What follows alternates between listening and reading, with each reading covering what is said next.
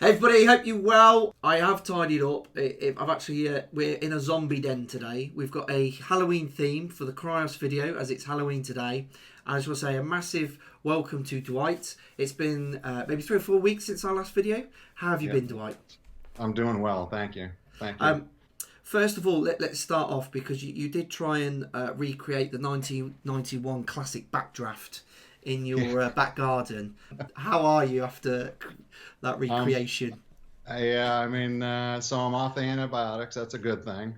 Still pretty sore, no pain meds or anything. But I learned that a very large burn pile makes a lot of heat. So, I got burned 20 feet away from the fire. It Oh was that much wow. radiant heat. Yeah, yeah. So, as I'm a beekeeper, everybody knows we have a bee company, Georgia Honeybee Company, that's we've had for about 20 years now. And we were cleaning up some of the boxes out in the field and had cleaned a burn pile up and made a 15-foot trench basically around it to keep the fire from jumping over it.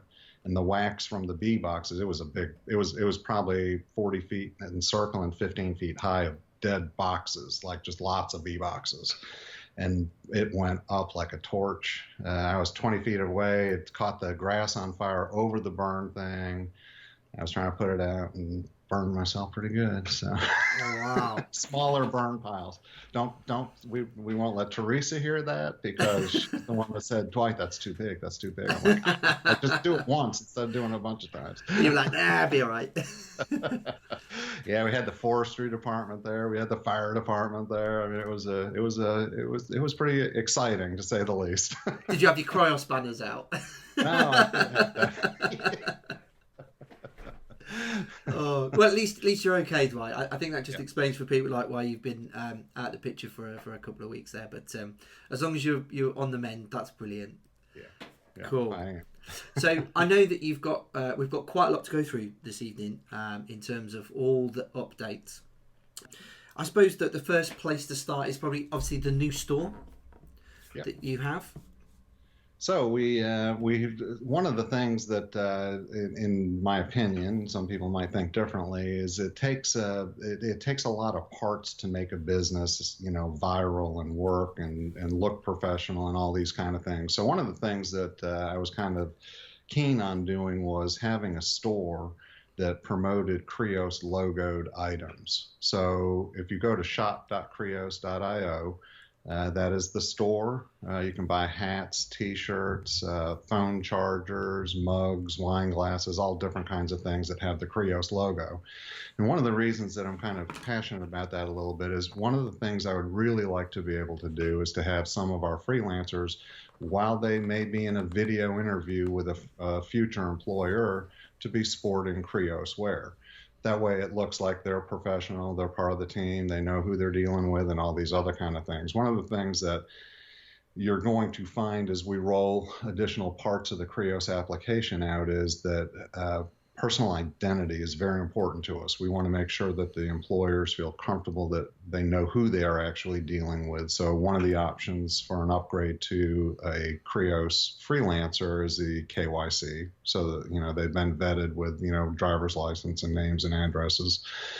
And, like I said, wearing some Krios swag is not a bad way to do a video interview. So hopefully that'll get a little bit of traction out there. It's exposure for the name, just like the fights are. Really just kind of a branding exercise. Okay. So I think that's a good idea in terms of just getting the brand and the name out there. And I know some smaller brands like Grenade and stuff in the UK. They're protein snack brand, but they do their own sort of t-shirts and bits and pieces as well because it just people will buy it and get the name out there. yeah, yeah, and it's international. The company that we chose to help us put that site together, they ship to all countries worldwide. They accept currencies all over, so it's a pretty solid setup as far as what we're trying to do as a company as well. Cool, So. that's awesome. Now there's also a new support channel. There is support.krios.io. We're trying to make this really easy to remember. If you want to shop, it's Shop Krios. If you want to support, it's Support Krios. We have gone through and created a very robust support system, in my opinion. Actually, Joe Orlando is working on that. We're about to upload a bunch of like frequently asked questions and like tools and help type information as well on that site. But we now have pretty much round the world support times. It's not just our previous Australian team. So we've got some people in the US as well now that are going to be handling support tickets and stuff. So instead of using just a support email, you can log in at support.krios.io, pretty much ask any question. We're trying to keep the response times under 12 hours. Okay, that's good. Yeah. I suppose that's the big thing now, online support, where people get that quick sort of interaction. There is a chat channel as part of that application where you can select chat versus writing a ticket. I've got to staff up a little bit more for that to be more effective. That's probably active maybe 6 or 7 hours a day right now. I'd really like to get that 24/7 as well. Okay. Is that like those like chatbot things? Yeah, it's just down at the bottom, and you type in, I can't remember my password or something like that, and they can type back, who are you, verify you, and send you a link to reset your password or something. Okay. So cool. Yeah. There's also a new support system and polling platform as well. Yeah. So one of the things that I'm very passionate about, and I think anybody that's really communicated with me via Telegram, we've got some pretty active users in that group, and some of them will private message me, is I do love feedback. This is not being built in a vacuum. I'm not Mr. Freelancer. This is an application where it's going to take a lot of brain power to be super successful at. So we created a polling system, and the link, I've got to create a C name for it, but the link will either be poll.krios.io or James will put it at the bottom of the video down in the text area. But the idea is for everybody in the community to leave an idea. In other words, if you think we should have different color, names on the website or something like that, then put it out there. And this system, the reason it's considered a polling system is when you place it out there, the other people in the community actually get to vote on your idea, and they can give it like a 1 to a 5 type of ranking. And the higher ranked items obviously become more important to me because that's what the community is after. Mm-hmm. So even if you don't have an idea, please log into the system. Go ahead and vote. We've had some people out there that have put quite a few suggestions in there, and they're super good at suggestions. The good news is, and I think we might be covering this a little bit later, but one of the good things is the application is getting close to being phase 1 completed, which means we're revenue generating. So we are going to have some cycles with the new team. We hired a new team of developers, and those developers are doing an outstanding job. I mean, we about 4x'd the number of employees, trying to beat our goals and our speed to completion on a lot of these tasks. And because of that, we're going to have some extra cycles to be able to implement some of these suggestions as well as quickly as we can, so that we launch with a very strong foot forward. So I definitely suggest if you go to the Telegram group, you can scroll up a little ways. I talk about it up there, and there's actually a link there that you can connect to and get to it as well. So really, everybody's input in the community is really helping to create this one big platform that everyone's has the opportunity, I suppose, to feed into. Might Correct. Not do all the ideas, but we'll take. And even if it's not an idea that they have, just weighing in on the ideas that are out there is just as important. You don't have to be the creator. You can be the, hey, I like that idea, or that's stupid because. Yeah, okay. And that's kind of what the system's set up to do. And like I said, as the items get more popular, those are the ones that we'll focus on more and come up with a solution for. And also, you have some statistics in terms of freelance world data. Yeah. Which, Yeah, so we've been trying to update. Like I say, we're about to do a big launch, guys. It's getting super exciting. We're actually about to become a revenue generating company. I mean, if anybody's ever owned a company, it really sucks to be in my place because all it is pay, pay, pay. You know, it's paying for advertising, it's paying for employees, it's paying for programmers, it's paying for graphics, it's for, you know, whatever it might be, subscriptions, servers, all that kind of stuff. And we are finally at the point that we're about to launch the actual revenue generating part of the business. With that, we want to make sure that we've got our news. There'll be press releases and all these kind of things. But we've been going back through some of the statistics that we were collecting earlier on in this process, and some of those statistics are pretty stunning. So the latest statistics that are in from Upwork, our probably biggest competitor, you know, we hope to be anywhere near what they are. They currently have 12 million freelance people that are signed up to be freelancers, 12 million of them, and they have 5 million registered customers. So people that are actually writing the checks, they have 5 million. If we hit 100th of any of those things, this company becomes ridiculously successful. I mean, as far as profit sharing, everybody's going to want to definitely be part of that. I mean, it's just the numbers, and one of the other things I promise in the next interview, and I want you to hold me to this, James, okay. I provide some business documents for people to review that shows metrics and what we are looking at as far as what the profitability of the company can be based on its growth. And these it's basically a business plan, kind of backwritten, but they're stunning. It is stunning numbers as to what this company can make. It does not take a lot for us to make $4 or $5 million a month in gross profit at all. Ka-ching. Yeah. That's a lot of people want to be hearing that. And I think it's testament to all the hard work that's gone into, like you're saying, like redoing all the back end and getting it to a point where it's sort of fit for purpose, if you will. Yeah, and getting it to that place. And I think a lot of people thought before you come in, we were a little bit down in terms of the project really wasn't going as fast or where people wanted it to. And I think everything has massively step changed since you've come on board. Yeah, and to get to the point of actually profit generating is amazing.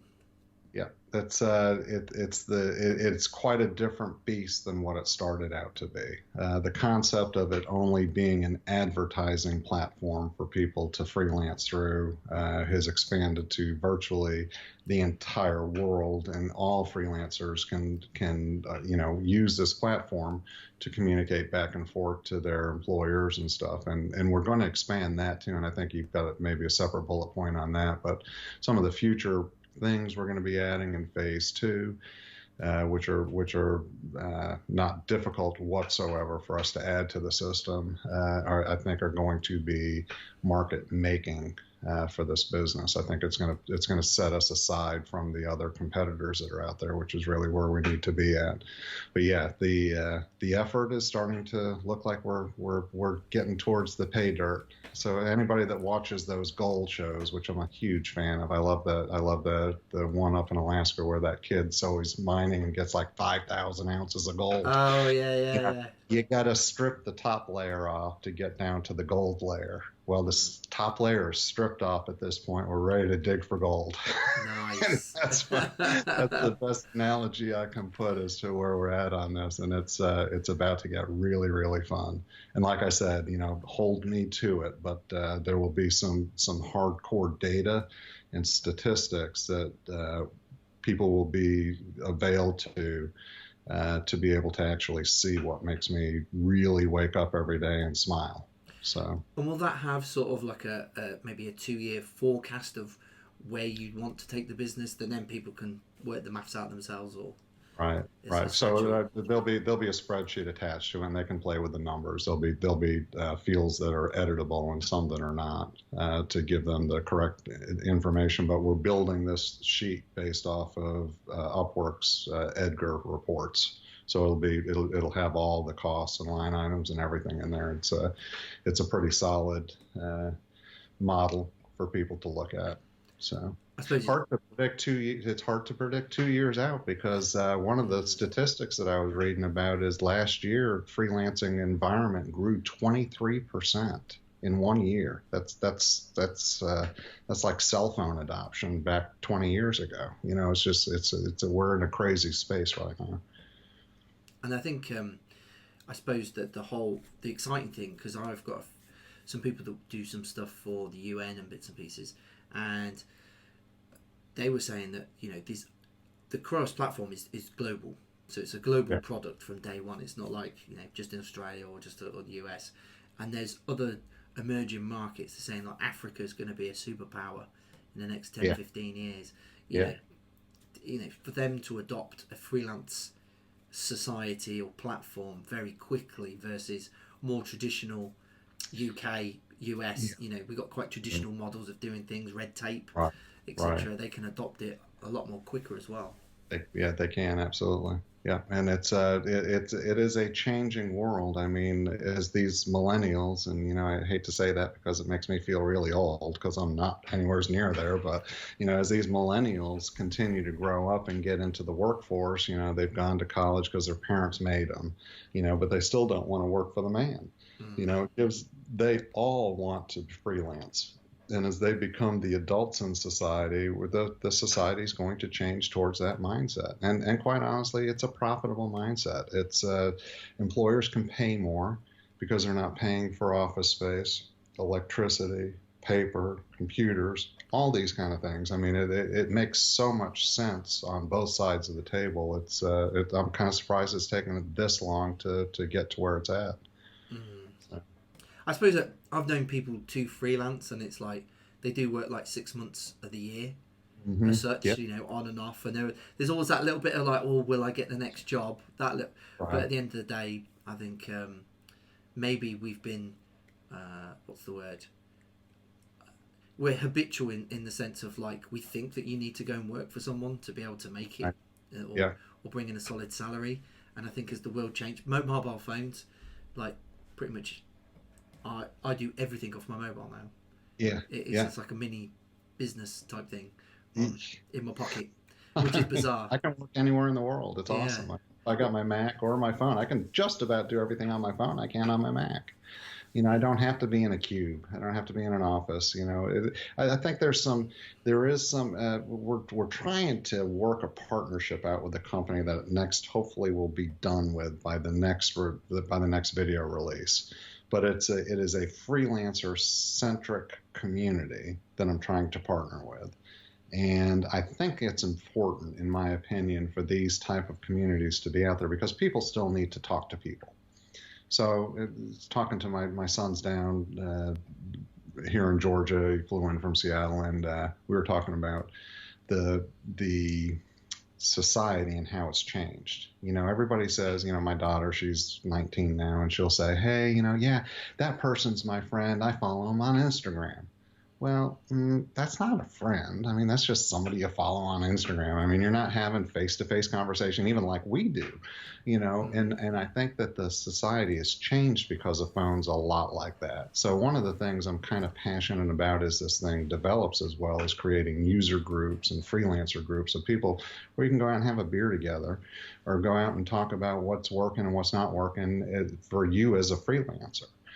And I think that's kind of important to create community around it as well. But like I say, hopefully, knock on wood, I've been trying for like 4 months now to get these guys here, but I think I finally got it. And we're really wanting to see if they'll partner up with us on that. But it's a very large freelancer community that's already built out that we want to kind of bolt into.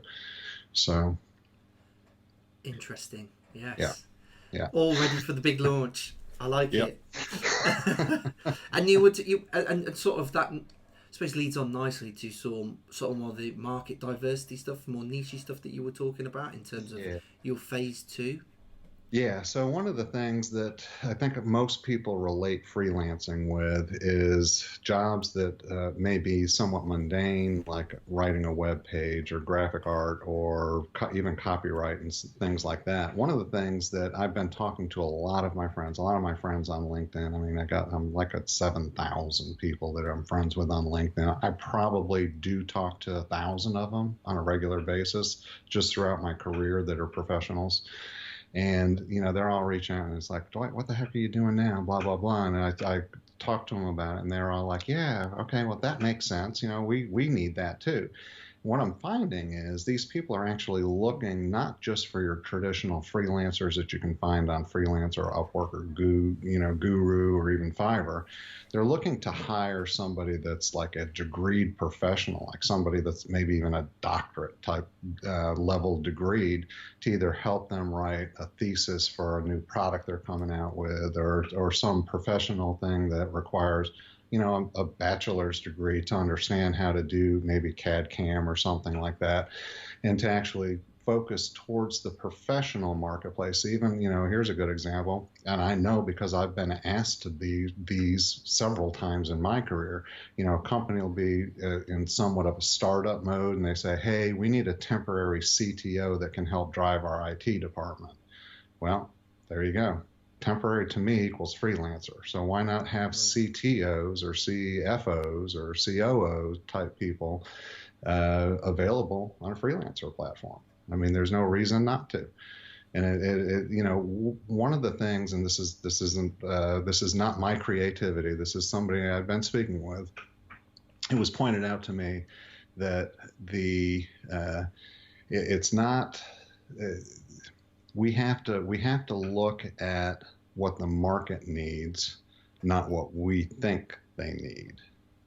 In other words, people are looking for that kind of stuff. So his suggestion and the conversation around it was the fact that they pay headhunters. He works for a very large corporation, and they pay headhunters to go out and find these people that may or may not work for them for 6 months. Well, if anybody has ever been approached by a headhunter or has hired people through a headhunter, which I've done both sides, they usually charge 6 months of that person's salary.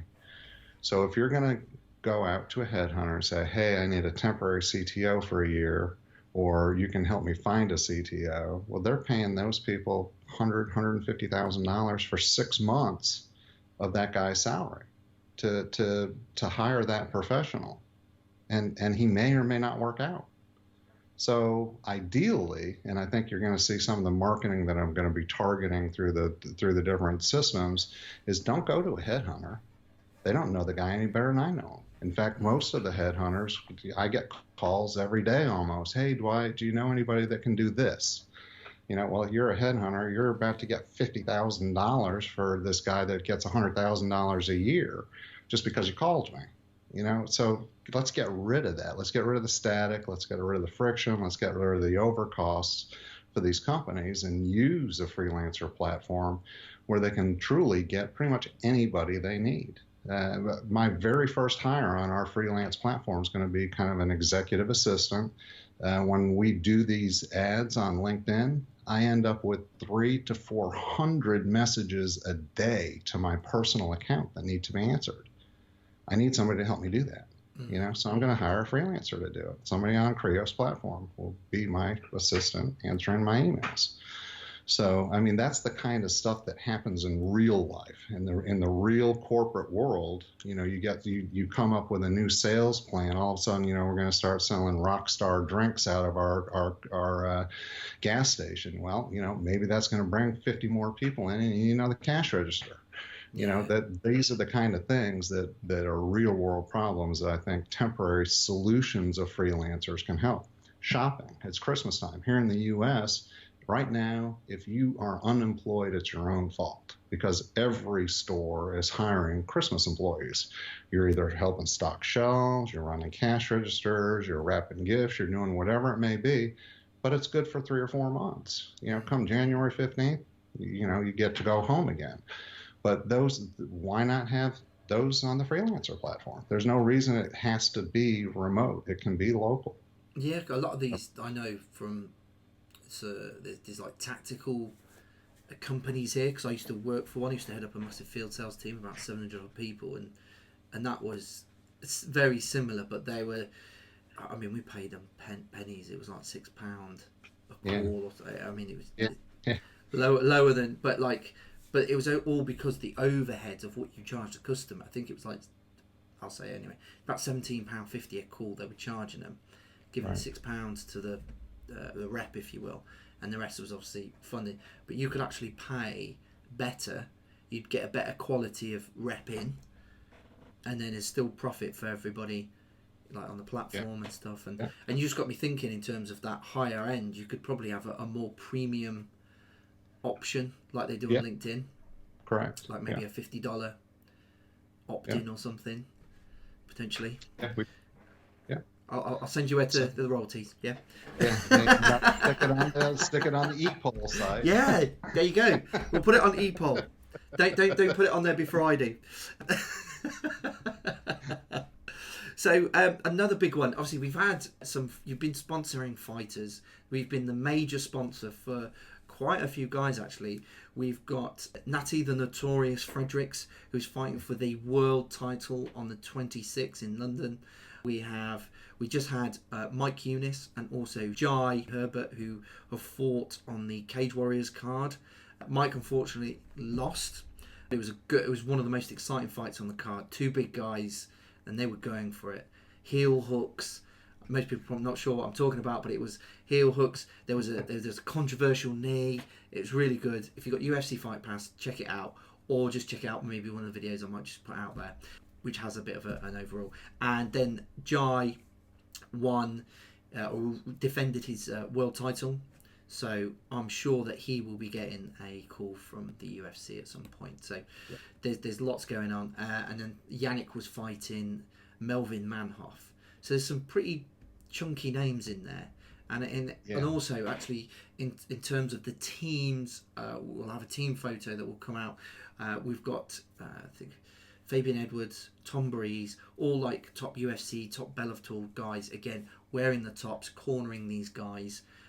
So it's just really good representation and stuff. So well, and remember the saying is we fight for both sides. We're fighting for the freelancers and for the employers. I mean, that's I think makes us a little unique in the industry. Is we give the freelancers more money and the employers pay less. I mean, it's a win-win. That's how you win. So, and it's exciting. It's a great way to get the name out. I love that stuff. I mean, it's a wider market space than most people actually realize as to who views that stuff. And I know I'm going to get the question in the Telegram group, so I'll go ahead and answer it here after Saturday's fights. We actually did see a pretty decent uptick on the Google Analytics during the fight time. So some people were typing Creo.io in. I'm waiting for the search engine results to come back and see how many searches happened during that period. They're like 14 days behind, but I did actually this first fight we did. I didn't really see any kind of a big uptick, but I definitely saw an uptick on this one. So that's good. So I think the big difference was there was a lot of airtime on the walkouts. So like we had. So it was at least a minute of just the tops, and then obviously when Jai won, that was like a huge fight. Obviously, it's going to a lot of traction. He's there, he's wearing it, nice and big across the top. It's hard to miss, and I suppose that's the only thing. And the whole team was wearing it too, which was super great. I mean, it's like when they all stood up when he won and stuff like that. It's like, wow, there's Krios everywhere. and I think that's the thing. I think we'll have some fighters that will win, some fighters that will lose, but when they win, and especially if it's big titles and stuff, then I think those are the guys that you probably like maybe deck them all out in just pure Krios and stuff, and it will get everywhere. Well, it's one of those sports that you can win and you can lose, but it's the fight and the effort that they put into it. And so far, the team that you've helped us put together has been outstanding. So we're really, really happy with that. And I know the guys they're going to do some little. I'm sure they'll do some videos. But yeah, they're all over the moon. They were so happy with the sponsorship because it's one of the things that they struggle with the most because they're trying to do the fight camp, they're trying to cut weight, Yeah. They get a bit Yeah. grumpy in the last week because they can't Yeah. eat what they normally would or whatever, and they don't want to be thinking about like sponsorship and all this type of stuff.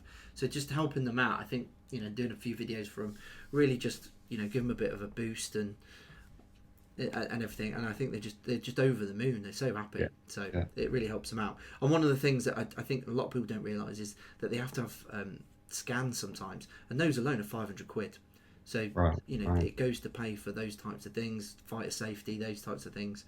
So I think a lot of people think it's still quite a brutal sport, but it's not. It's the fastest growing sport in the world. It's uber technical. I've been doing it 20 years now, MMA purely, Right. and it's so much skill, so much skill. It is a high level activity. I mean, you got it or you don't. It's a lot of training. It's a lot of commitment to get to these levels these guys are fighting in. Oh, definitely. So the other one is big fish. There is some additional big bonuses. Can you just explain what those bonuses are and why have we come to that point with the changes? So one of the things, and it's kind of recovered, but the idea kind of entered my mind about a week ago when Bitcoin and Ethereum tumbled very, very hardly, as most people that are in the token world or the crypto world understand. It has kind of come back from where it went down at. But one of the things I wanted to do is not to penalize people because of the performance of other non-performing type cryptos like Ethereum and Bitcoin. There's nothing that controls their market. They don't. I mean, neither of those companies have brick and mortars behind them. I mean, there is no revenue generating side. Gas gets its side, and that's a completely different token than the Ethereum is. But so the plan was the original Big Fish. October 10th was the date that we captured the data and said, okay, this is what you're going to get paid on, and it's half of whatever that percentage based on the fish you were. So what we've done is we've extended that and we've taken away the restriction. So anybody at this point can still join the Big Fish up until November 10th.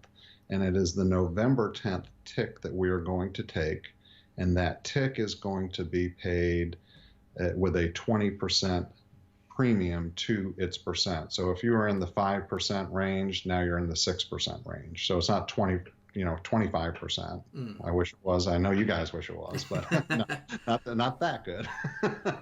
But it does allow you to accumulate tokens between now and November 10th as well that will get that added bonus. And the additional coins between October 10th and November 10th will actually receive an additional bonus on top of that as well. So it's kind of a double tap bonus on that. So hopefully people will understand the new rules kind of thing. I'm sorry that we're only giving you about 2 weeks to accumulate some more coins or tokens, but I think it's the fair thing to do with the turmoil that was going on in that crypto space at the time. So. Okay. So literally people have an opportunity, if they weren't signed up pre sort of 10th of October, that they can now get involved and actually benefit from some of the bonuses. That's correct. Yeah. And in terms of, because I know you previously spoke that there was a whole bunch of, you had a number of the amount of coins that were signed up to the Big Fish, and it didn't actually quite hit the top number of circulation. Yeah. And therefore you had a bit of play there. Yeah, there's honestly, I mean, statistically, probably 50% of the circulating coins signed up for the Big Fish. So there's a lot of, which I was kind of surprised at. I mean, I thought that was a pretty generous opportunity for people to, add free money, basically, just to be holding on something they may have been holding on for years already.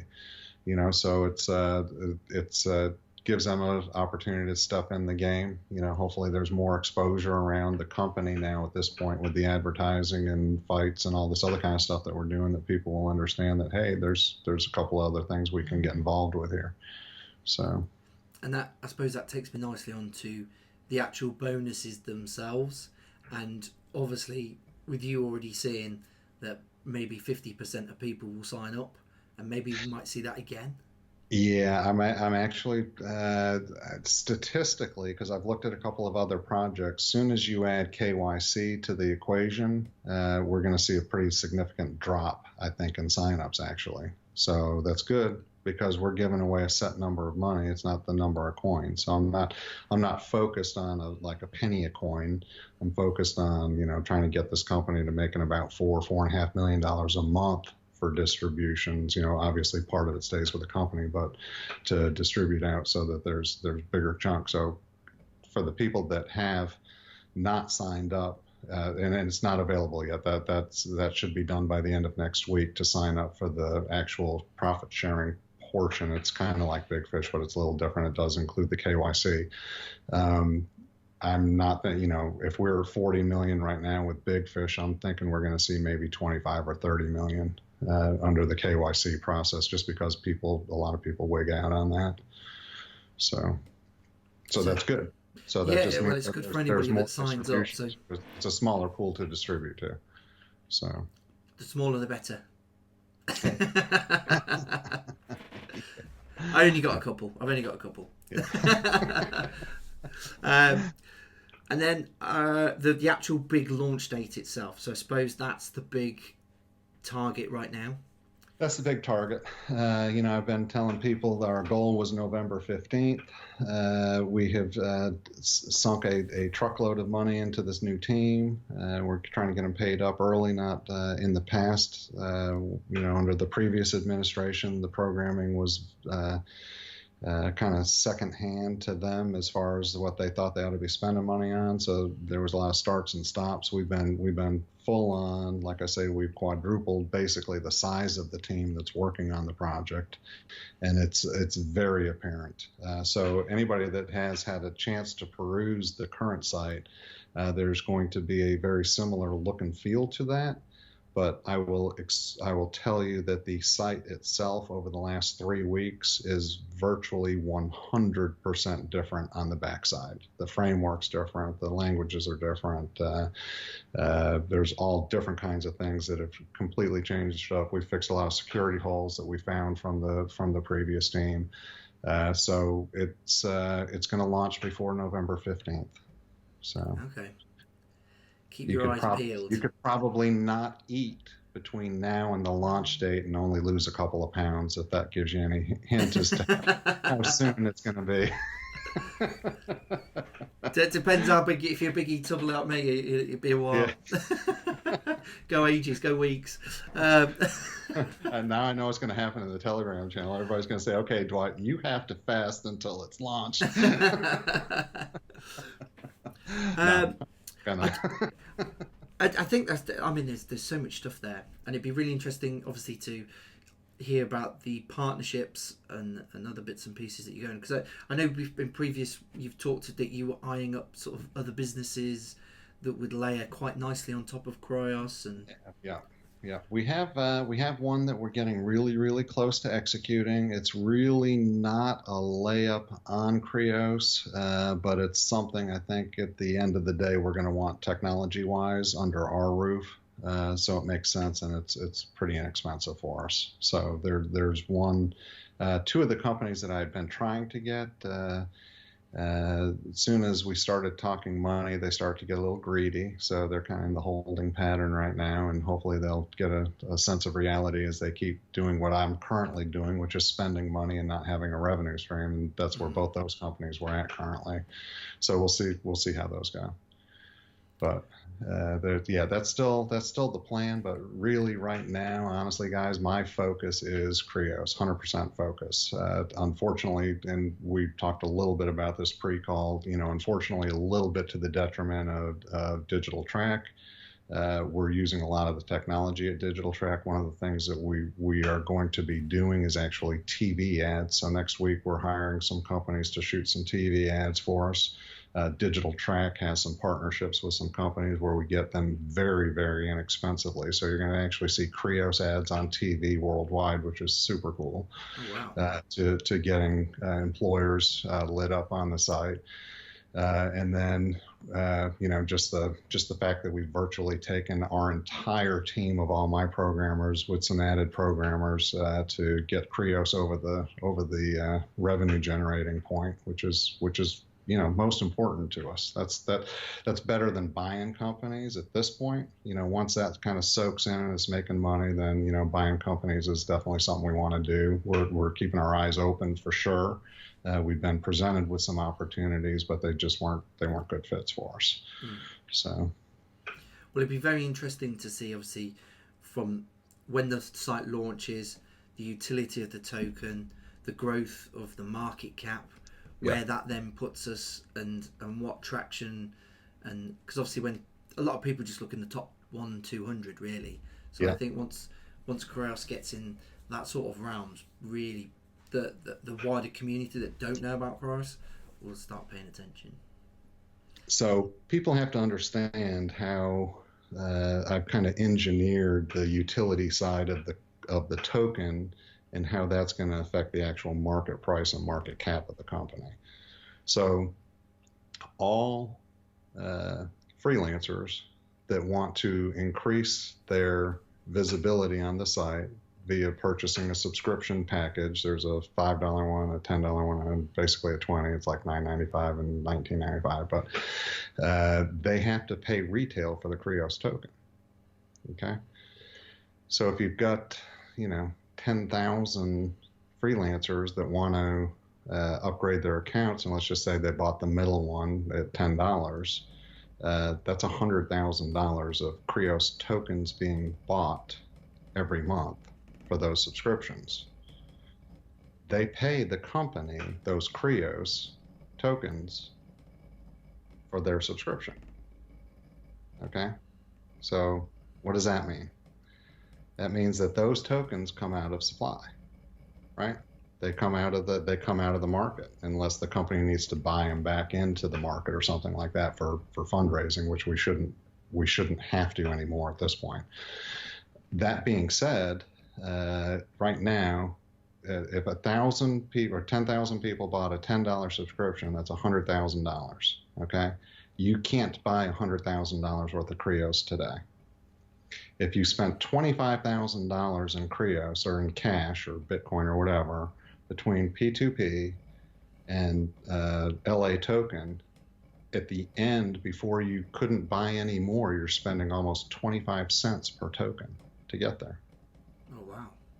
So you are going to see the market adjust very rapidly as this launches. It's a 30, 45 day kind of window as things kind of mature in that market space and stuff. But we're in for a pretty solid ride here, is my opinion, based on the fact that we've been able to accrue a substantial number of freelancers currently. We've got a good package around it. We've got good benefits to doing it. So the highest package, the $19.95 package, you actually get more money. So if you have $1,000 worth of jobs on our platform and buy that $20 package, you actually make like $200 more a month because you spent that $20.